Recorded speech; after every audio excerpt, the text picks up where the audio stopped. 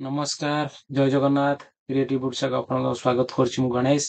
आज आपन गोटे बढ़िया स्कीम विषय कहबी जोटा होची जलनीति योजना। ए जलनीति योजना कोन जे आपन जो चाष जमी अछि आपन चाष जमी जोटा कि आपन विशेष करी वर्षा दिन ही चाष करिथांती जोटे जलर सुविधा न थाए।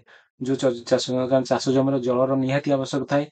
जो प्रकार फसल करंतु चाष करंतु किंबा फार्म करंतु किंबा कोनस प्रकार डिफरेंट प्रकार आपन फ्रूट बिजनेस करंतु जहाँ भी आपण उत्पादन करिया चाहूचंती आपण जलर निहाती आवश्यक रहउची और से जल जो सब जगह उपलब्ध न थाए। उपलब्ध करिया पे मध्ये आपण निजे जो माने उपलब्ध करिया चाहूचन से निजे खर्च करथांती। गवर्नमेंट गोटे स्कीम अछि जोथरे कि आपण ट्यूबवेल और बोरवेल बसेगी आपण सब्सिडी पाई परिबे ता सहित आपण कम खर्च रे ता आपण चाष जमीरे बसी परिबे। ताई स्कीम ना होची जलनिधि योजना।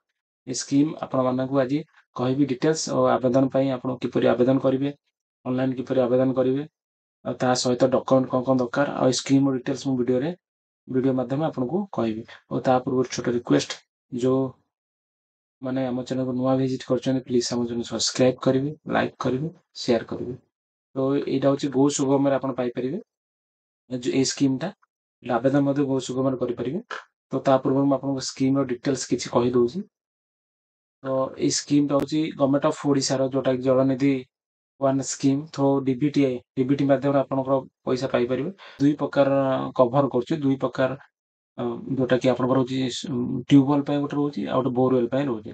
बोर बोरवेल टा आपनकर जोटा रहउछि ट्यूबवेल टा जोटा रहउछि आपनकर 3 रु 4 इंच डायमीटर रहउछि ता ए भीतर रहउछि 4 इंच डायमीटर अधिका जदी आपण बड़ करूचंती ताले आपनकर सब्सिडी मिलिबो नै कवर करिवो नै। तापर 3 रु 4 इंच भीतर जदी करिवे ताले सब्सिडी 3 इंच पाइप न 4 इंच पाइप से कहिबे जो बोरवेल करिवे से करिकी करिवे ड्रिलिंग करिकी करिवे ए सब बेनिफिट आ बोरवेल आपनकर से बडा स्कीम रहउछि। आरो डिफरेंट डिफरेंट सब्सिडी रहउछि कॉस्ट मध्ये डिफरेंट रहउछि दीटा भीतर जोटा कि आपनकर बोरवेल पे आपनकर मैक्सिमम रहउछि आपनकर प्रोजेक्ट कॉस्ट होछि 20000 टका जोटा कि आपन 50% आपनको दवा पड़ियो माने 10000 आपन देबे गवर्नमेंट 10000 टका सब्सिडी देबे। आ जोटा आपनकर बोरवेल रहउछि आपनकर जो टोटल तार प्रोजेक्ट कॉस्ट 50,000 तादरु आपण 25% सब्सिडी पाई परिबे जोटा कि 15 रु 16,000 पका पाकी सब्सिडी पाई परिबे। तो ई सब दीटा सब्सिडी रहउछि एटा होते 50% एटा होछि 25% बोरवेल ले आपण सब्सिडी पाई परिबे। तो आपनको जो एलिजिबिलिटी क्राइटेरिया रहउछि आपनको 0.5 एकर जगह थिया दरकार आपण 20,000 स्क्वायर फुट पका पाकी आपण चाष जमी आपनकर थिबा दरकार चाष जमी थिबा दरकार ताहले आपण एटे सब्सिडी पाई परिबे। तो योग्य हबे 0.5 रु 5 एकर पर्यंत होइथिबा दरकार मैक्सिमम 5 एकर होइथिबा ताटो अधिक हेले मध्ये आपण पाई परिबे नाही। तो ट्यूबवेल करछंती आपनकर यदि दूर अधिका ट्यूबवेल दरकार त आपण डिस्टेंस मिनिमम थिबो 20 मीटर डिस्टेंस रखले आपनको पर 3 लीटर पर पानी बाहरी 3 लीटर पर यदि आपनकर मिनिमम डिस्टेंस जो बोरवेल करिवे आपनकर 200 मीटर रखिबे डिस्टेंस 1.75 लीटर पानी जल निष्कासित हो। तो सो दीटा रोजी ता सहित आपन जदि बोरवेल आपण फेल हेइ जाउछन्ती आपण पानी बाहर निसी जगह रु कि पत्थर पडुची कोनस पर प्रॉब्लम होउची तो आपण कोनस पर कंपनसेशन दियाई परिबो नाही बोली गवर्नमेंट मध्ये कहिछि क्राइटेरिया अछि ए सब रहउची।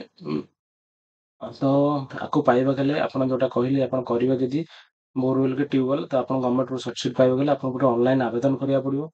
ता सहित आउट इंपोर्टेंट होउची आपनकर फार्मर आईडी थिबा दरकार main important farmer ID number थिबा दरकार जोटा कि आपण हम ऑलरेडी वीडियो बनैछि आपण माने किपरि फार्मर आईडी बनैबे और तापे मो डिस्क्रिप्शन लिंक रे से वीडियो अछि आपण माने देखि कि फार्मर आईडी बनै परियो जो मान नाही जो मान पर अछि किबा बापा नार मध्ये अछि से मान मध्ये अप्लाई आवेदन करिके जलनिधि योजना इंस्टॉलेशन करि परिबे निजे चाष जमी रे।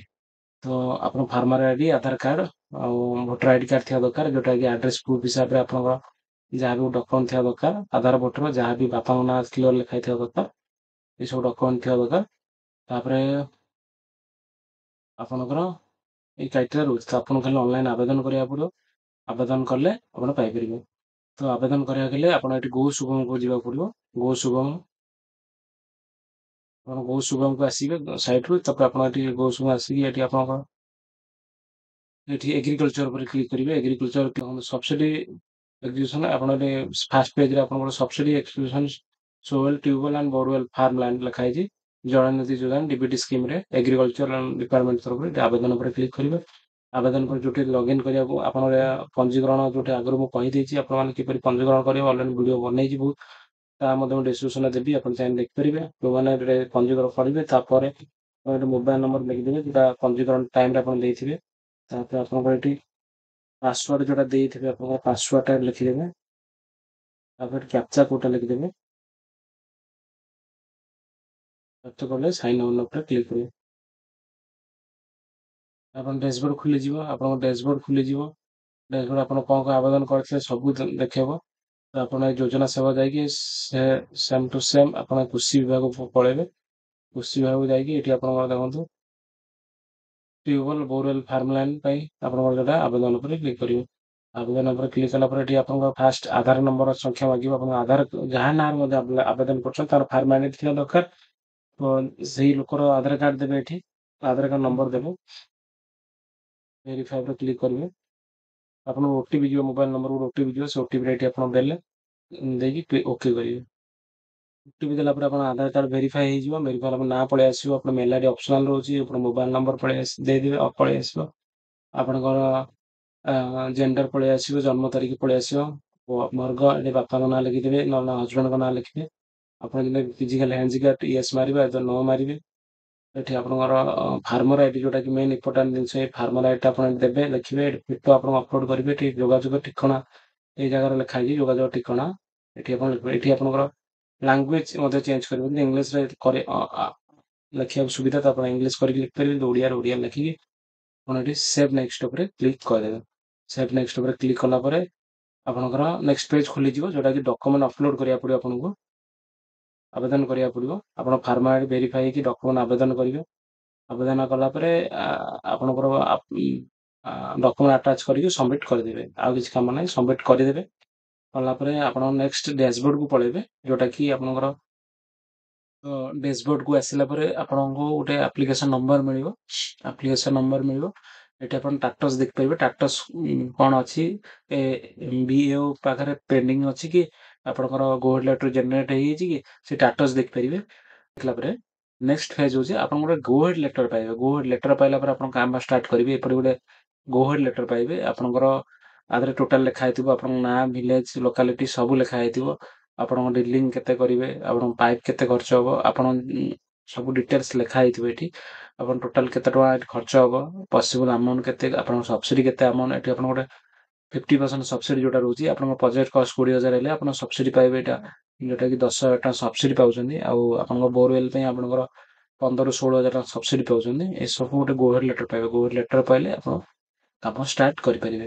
ତ ଆପଣ ଗୋହେଡ ଲେଟର ପାଇବେ ଦେଲେ ଏଠି ଆପଣଙ୍କର ଗୋହେଡ ଲେଟର, ଏଠି ଆପଣ ଫାର୍ମର ଆଇଡି ଦେଇକି ଗୋହେଡ ଲେଟର ଜେନେରେଟ କରିପାରିବେ, ପ୍ରିଣ୍ଟ କରିପାରିବେ। ତ ଏଇ ସାଇଟ୍ର ଲିଙ୍କଟା ମୁଁ ଆପଣଙ୍କୁ ଦେଇ, ଆପ୍ଲାଏ କରିବାରେ ଆପଣଙ୍କୁ 2 ଦିନ ଭିତରେ ଗୋଟେ ଏସ୍ଏମ୍ଏସ୍ ଆସିବ। ଏ ଏସ୍ଏମ୍ଏସ୍ ଆସିବ ଆପଣଙ୍କ ଯୋଉ ପେଣ୍ଡିଂ ଅଛି କି ଆପଣଙ୍କର ଆସିବ, ଆପଣ ଡିଟେଲ୍ସ ପଳେଇ ଆସିବ। ପଳେଇ ଆସିଲା ପରେ ଆପଣଙ୍କ ଗୋହେଡ ଲେଟର ଜେନେରେଟ ହେଇଯିବ। ଆପଣଙ୍କ ଯୋଉଟା ୱିଦିନ 2-3 ଦିନ ଭିତରେ ଆପଣଙ୍କ ଗୋହେଡ ଲେଟର ଜେନେରେଟ ହେଇଯିବ। ଜେନେରେଟ ହେଲା ପରେ ଆପଣ ତାପରେ କାମ ଷ୍ଟାର୍ଟ କରିପାରିବେ। କାମ ଷ୍ଟାର୍ଟ କଲେ ଆପଣ ପ୍ରୋଜେକ୍ଟ ହିସାବରେ ଆପଣଙ୍କ ଯୋଉ ଆର୍ଆଇ ରହୁଛି, ଆପଣଙ୍କ ଭେରିଫାଇ, ଜମିର ଭେରିଫାଇ କଲା ପରେ ଆପଣ କାମ ଷ୍ଟାର୍ଟ କରିପାରିବେ। ତାପରେ କାମ ଷ୍ଟାର୍ଟ କରିଲା ପରେ ଆପଣ ସବସିଡି ଆପଣଙ୍କ ଆକାଉଣ୍ଟକୁ ଆସିପାରିବେ। ଆପଣ ଯୋଉ ଆକାଉଣ୍ଟ ଡିଟେଲ୍ସ ଦେଇଥିବେ, ଆପଣଙ୍କର ପାସବୁକ୍ ହଉ, ଯୋଉ ଡକ୍ୟୁମେଣ୍ଟ ଆଟାଚ୍ କରିଥିବେ, ଆପଣଙ୍କର ପାସବୁକ୍, ଆପଣଙ୍କ ଆଧାର କାର୍ଡ, ଆପଣଙ୍କ ଲ୍ୟାଣ୍ଡ ଡକ୍ୟୁମେଣ୍ଟ, ଆପଣ ଯୋଉ ଯୋଉ ଡକ୍ୟୁମେଣ୍ଟ ଆପଣଙ୍କର ଆଟାଚ୍ କରିଥିବେ ଆପଣଙ୍କ ଆବେଦନ କଲା ପରେ ଗୋ ସୁଗମରେ, ତ ସେଇ ଡକ୍ୟୁମେଣ୍ଟ ହିସାବରେ ଆପଣଙ୍କ ସବସିଡି ପାଇପାରିବେ।